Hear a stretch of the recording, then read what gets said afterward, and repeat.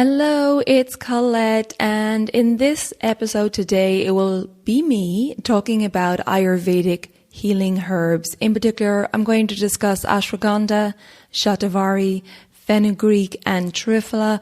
These 4 herbs in Ayurveda are very well known and well respected, and I'm going to talk about them in detail. So I hope you can join me.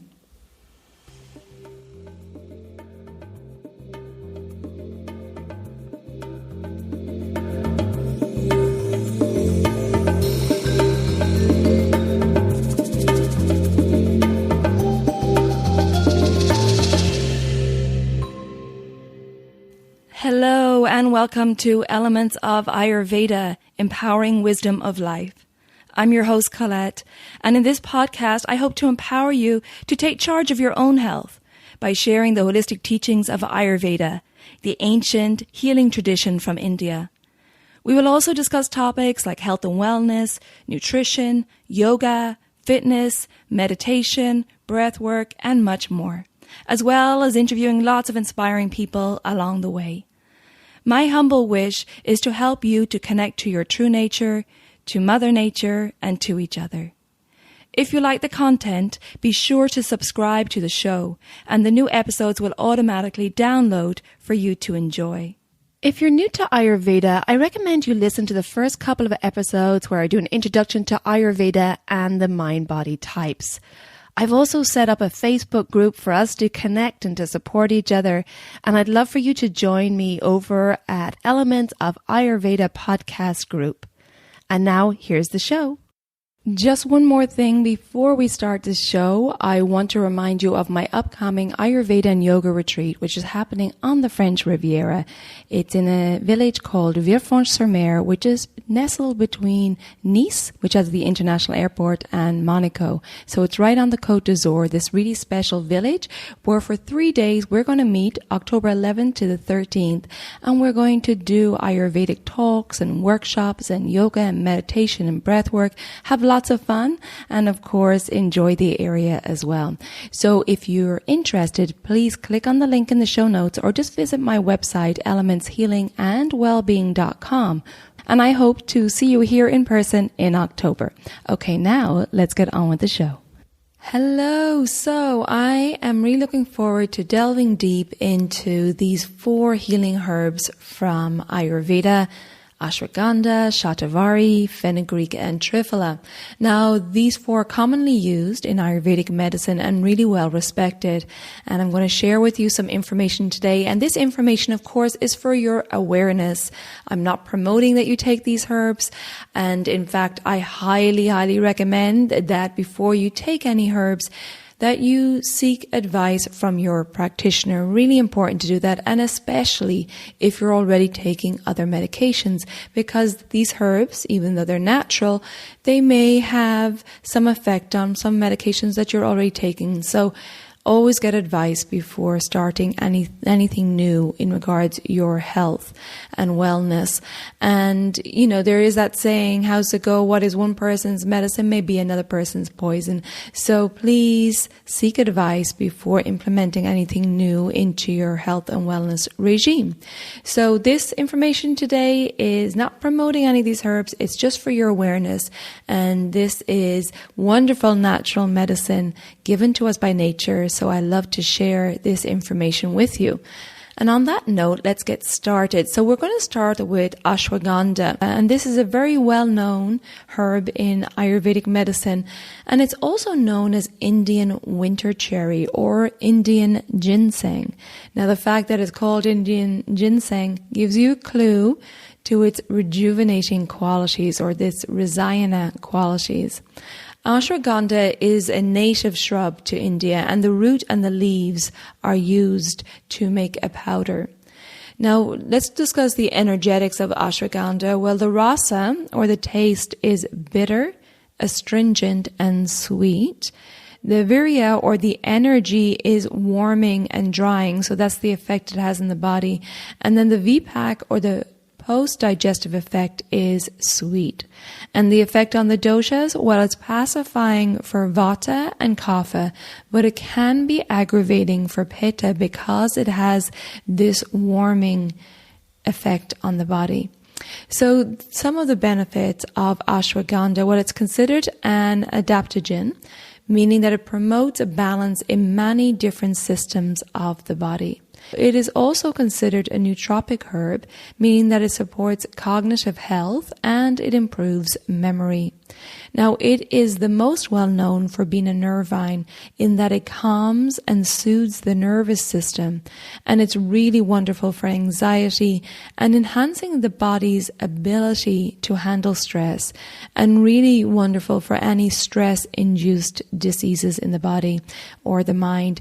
It also promotes good quality sleep, so really works on calming the nervous system. I think this is what is really the most well known for in Ayurveda. The rejuvenating qualities of ashwagandha improve the body's immunity, energy, and supports joint health. It also promotes longevity and vitality and the functioning of the reproductive system and libido for both men and women. Now, it's said to support also healthy sperm levels, and in fact, ashwagandha is given the nickname of the strength of a horse. However, ashwagandha is not good for everyone. So as I mentioned earlier, it's often known as the Indian winter cherry, and it's closely related to tomatoes. Therefore, it's considered a nightshade and has the warming qualities. Now, ashwagandha is not as heating as, say, cayenne pepper. For example, if we had cayenne pepper on a scale, it would be 10 out of 10 on the heat scale, whereas ashwagandha may be a 5. But this heat can be aggravating to a person who already has an aggravated pitta dosha. So you really do have to have awareness around that it can cause further aggravation of the pitta dosha. But because of its calming, grounding, and rejuvenative effect on the nervous system, it is amazing for the vata dosha. And this is what it's well known for, is for calming that vata, anxiety, that anxious nervous system. And it's also fine for kapha, as it has the qualities of warming and drying, which is opposite to the cool and moist qualities of kapha.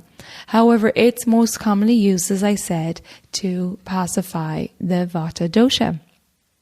So that's ashwagandha.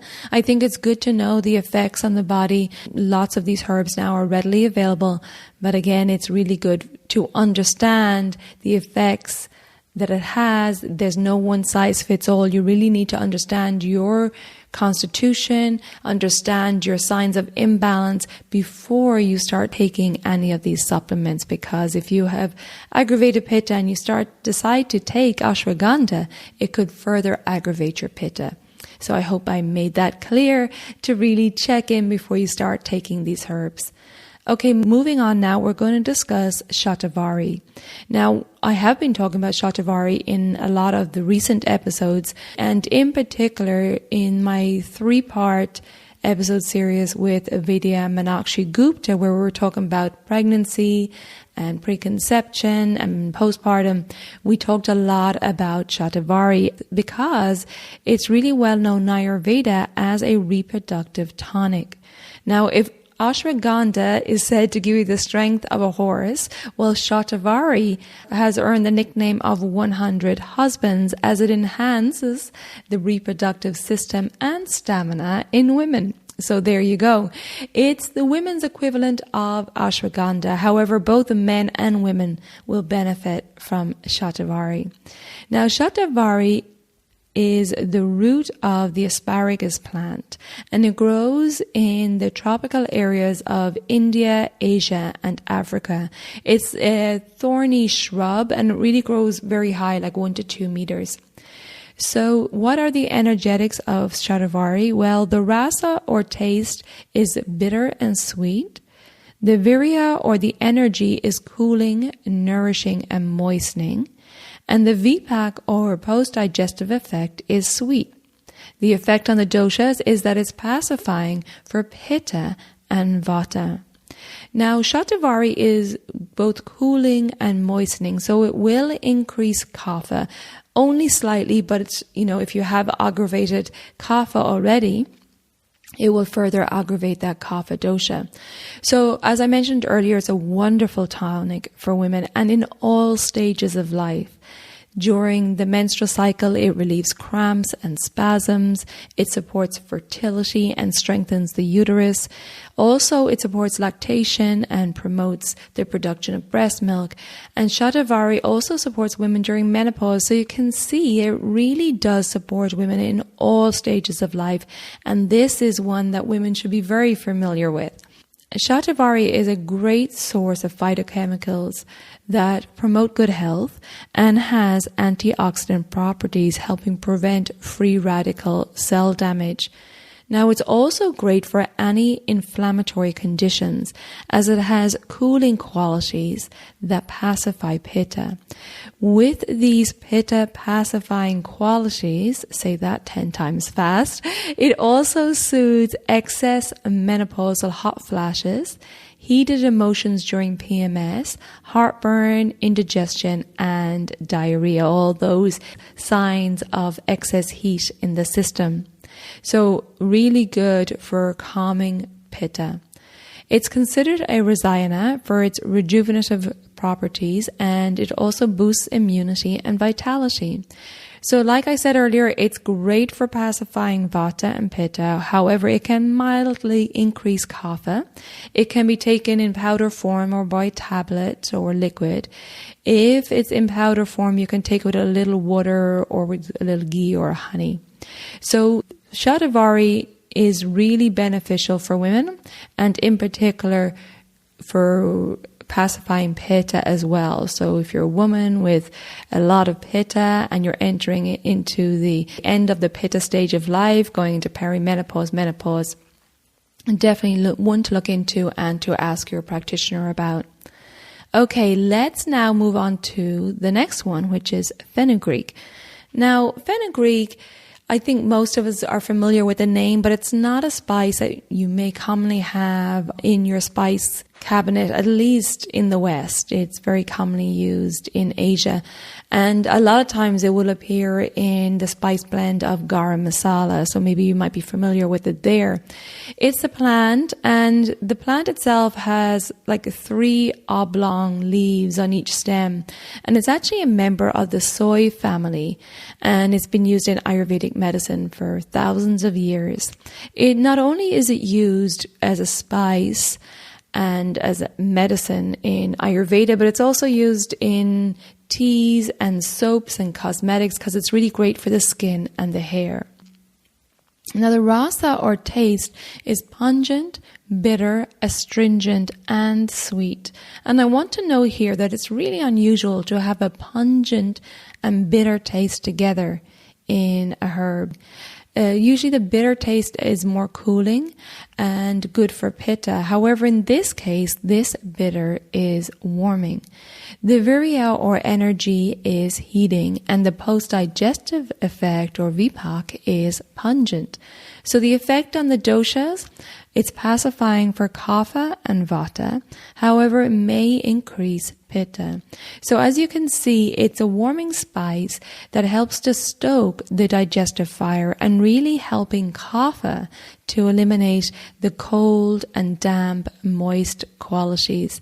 As fenugreek has the opposite qualities to kapha. It has pungent and astringent, so it will warm up and dry out all those damp and moist qualities. In Ayurvedic medicine, it's used to enhance the digestion and to really prevent stomach upset due to indigestion. Say, for example, if a vata constitution was getting aggravated with excess bloating or excess gas, very useful to use fenugreek in the food, as it's great for any of those vata digestive problems. Now, fenugreek is also known to induce childbirth and to stimulate milk production during breastfeeding. Therefore, if you're pregnant, you want to avoid fenugreek, as you definitely don't want to stimulate any uterine contractions. And fenugreek seeds are used both whole and ground. And as with many of the other Ayurvedic spices, if you're using fenugreek to cook with, it's best to saute whole or use ground fenugreek in some ghee, and that will bring out that really lovely nutty flavor of fenugreek before then you add it to the dishes. So there you go, that is a fenugreek, and you can see from those last 3 herbs that I covered, each one of those herbs is very beneficial to one dosha. Ashwaghandha is particularly good for the Vata dosha. Of course, it can help Kapha as well, but particularly known to aid aggravation of the Vata dosha. Then we have Shatavari, which is particularly good because of its cooling qualities for the Pitta dosha. And then finally, fenugreek was particularly good for the Kapha dosha because it has that warming and drying effect. And now finally, we have one that's good for each dosha. So it's tridoshic.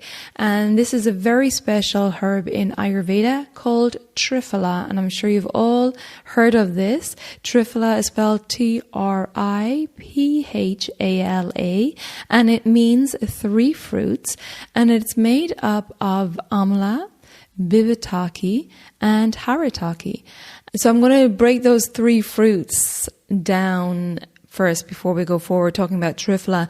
So amla is also known as Indian gooseberry, and it's particularly good for pacifying the Pitta dosha. It really helps to eliminate excess Pitta from the system and really aids in detoxification. Then the second fruit was bibataki. That really helps to pacify all 3 doshas, but especially used for the pacification of the Kapha dosha. It's very supportive for the essential tissues of the body. And finally, the third fruit was haritaki, and it's considered a really powerful adaptogen and really boosting the body's resiliency to stress. Therefore, it's really great for the Vata dosha, which can have a tendency towards an active nervous system. So haritaki is great for calming that Vata nervous system. And it also supports Vata by promoting healthy elimination and keeping regularity in the bowel movements. So there you go, the 3 fruits that make up Triphala: amla, bibataki, and haritaki. And it's really widely used in Ayurvedic medicine for its rasayana or rejuvenative qualities, which really support strength and immunity. Now, the energetics of Triphala, well, the rasa or taste is sweet, sour, pungent, bitter, and astringent. And as you can see there, it has 5 of the 6 tastes. And the only one that's missing is salt. The energy or the virya is neutral. So it's a neutral effect on the body, and the vipak or post-digestive effect is sweet. The effect on the doshas is that it's balancing for all 3 doshas, Vata, Pitta, and Kapha. Now, Triphala is known for its benefits with gastrointestinal treatment. It really helps to promote proper digestion and absorption of food. It removes excess Vata, Pitta, and Kapha from the system. And it also has a very, very mild laxative effect. There are so many benefits to Triphala, some of which are, let me list them out here. Anti-inflammatory, and it's an antioxidant. It reduces gastric hyperacidity, therefore good for Pitta. It improves circulation. It's antibacterial, and it also has been, in studies has shown to really reduce oral bacteria. Anti-stress, in animal studies it has been shown to reduce stress. And it's antimicrobial. It's an adaptogenic. It aids in wound healing. It maintains balance in the endocrine system. It maintains eye health due to its rich source of vitamin C and flavonoids. It's detoxifying and tonifying. It targets the liver, the skin, and the eyes, in particular Pitta organs. It helps with glandular balance. It treats every gland, organ, and skin, and so much more, which is why Triphala is so widely used and respected in Ayurveda to help in not only prevention, but also in treatment. So there you go. That is Triphala, and you can see that Triphala is really nourishing and very effective and tridoshic, and so good for everybody to take. So that's it for today. I hope that you found this information beneficial. So some really wonderful gifts from Mother Nature here to help keep us healthy, help to prevent sickness. But again, it's really important to know the effects, the energetics of each of the herbs. What is the rasa, the taste? What is the virya, the energy? What's the vipak, the post-digestive effect? And also what effect does it have on the doshas? So you have an understanding, hopefully, after listening to this episode, of the effects of each of these herbs. And as I mentioned earlier, really important to get advice from your practitioner before implementing any of these herbs. And especially if you're taking other medications, because even though these herbs are natural, that they may affect other medications you are taking. So please, please, please seek out advice. Thank you so much for tuning in today. If you find that this information may be beneficial for some of your friends or family, please share the episode, share this wisdom from Ayurveda, and let me know if you have any questions or follow-up. Come on over to the Elements of Ayurveda podcast Facebook group. We can connect there, share some information you may want to share or ask questions. It will be great. We'll support each other in that group. And don't forget, I have the Ayurveda and Yoga Retreat coming up in the south of France, October 11th to the 13th. You can find out all about that on my new website, elementshealingandwellbeing.com. Just go over there and check it out. And I hope to see you here on the Côte d'Azur in October. Take good care of yourself, be well, and I hope to connect with you soon. But ciao for now.